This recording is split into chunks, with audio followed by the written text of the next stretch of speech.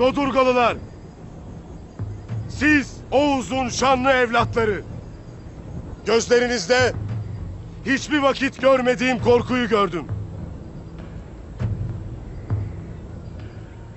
Hiçbir felakette, hiçbir cenkte görmediğim korkuyu. Bu korku 1000 yıllık devlet sevginizden, emir ül emre itaatten gelir, bunu bilirim. Lakin bu emir müsveddesinden korkmayasınız. Yılgınlığa düşmeyesiniz. Çünkü siz her daim devletinizin yanında oldunuz. Her daim de olmaya devam edeceksiniz. Devletin içine pusu kuran iblislerden korkmak değil, onların karşısında adaletle durmak bize farz kılınmıştır. Şimdi gidin. Bu uğursuz katillerin bizlerden aldıkları canlar için yas tutun. Mekanları cennet olsun. Amin. Adil davrandık. Takvayı elden bırakmadık. Allah'a karşı gelmekten sakındık.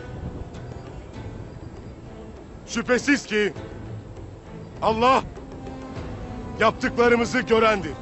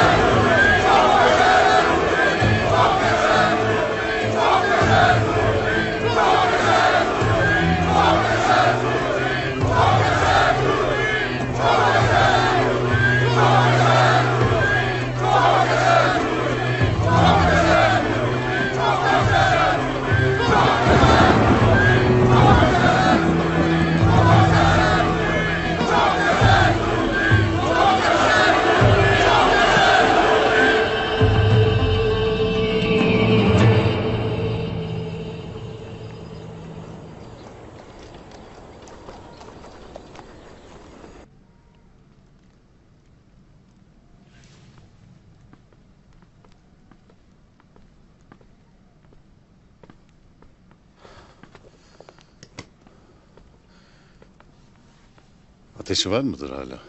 Hala inmedi beyim.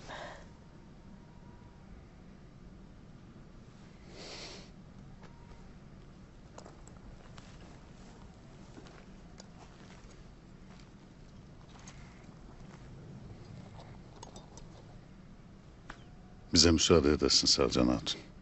Merak etmeyiz. Artık bey gereğini yapacaktır Selcan Hatun.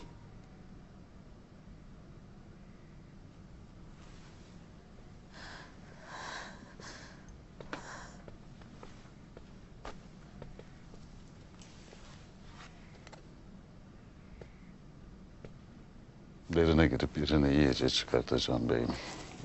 Çok yanacak Dodu beyimin. Sımsıkı tutasın.